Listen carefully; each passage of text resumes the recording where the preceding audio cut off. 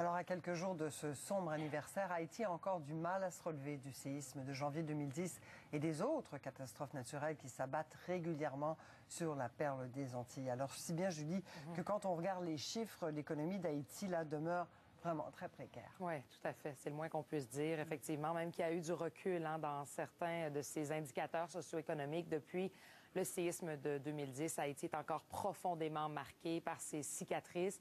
Si on parle d'abord de l'économie, vous savez, ce pays qui compte actuellement 11 millions d'habitants, eh bien, 58 de la population vit sous le seuil de la pauvreté.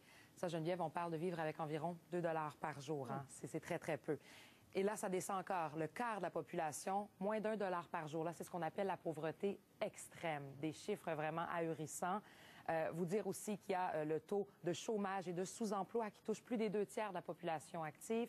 Et quand on parle du revenu national brut, oui, il est de 1 000 $ par an, mais si on compare avec son pays voisin, en République dominicaine, qui partage la même île d'Hispaniola, il est 15 fois plus élevé, ce revenu, 15 000 $ par an. Donc, vraiment des disproportions importantes en termes salariales. Et quand on considère qu'il est déjà passé 10 ans, il s'est passé 10 ans depuis le séisme, il y a encore environ 35 000 personnes au bas mot qui vivent donc dans des camps de réfugiés, dans des conditions très précaires, faut-il le rappeler, Geneviève, propagation de maladies, très peu d'intimité, évidemment, des conditions difficiles sans accès à l'eau potable ou encore à l'électricité. Et puis, les autres indicateurs socio-économiques ne sont pas plus reluisants. Non, malheureusement. Oui. Si on s'intéresse, par exemple, à ce que l'ONU fait, l'ONU publie annuellement dans son programme des Nations unies pour le développement ce qu'on appelle l'IDH, l'indice de développement humain.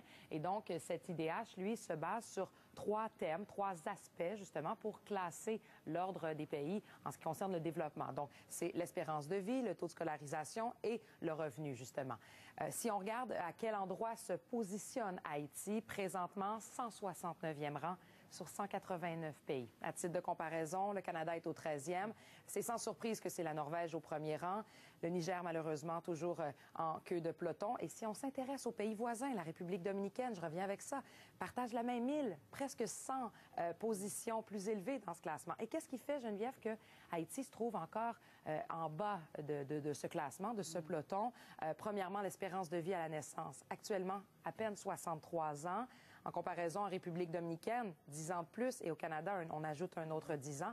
Et la scolarisation, on parle souvent des enfants qui n'ont pas accès nécessairement à l'école. Vous voyez, on s'attend à ce que les enfants aient 9 ans et demi à l'école, mais c'est la durée attendue parce qu'en moyenne, c'est plutôt de l'ordre de 5 ans. Et là, je vous ai pas parlé de mortalité infantile, de propagation de maladies et autres conditions sanitaires des plus difficiles. Un bien triste portrait. Merci beaucoup, Julie. Je vous en prie. Au revoir.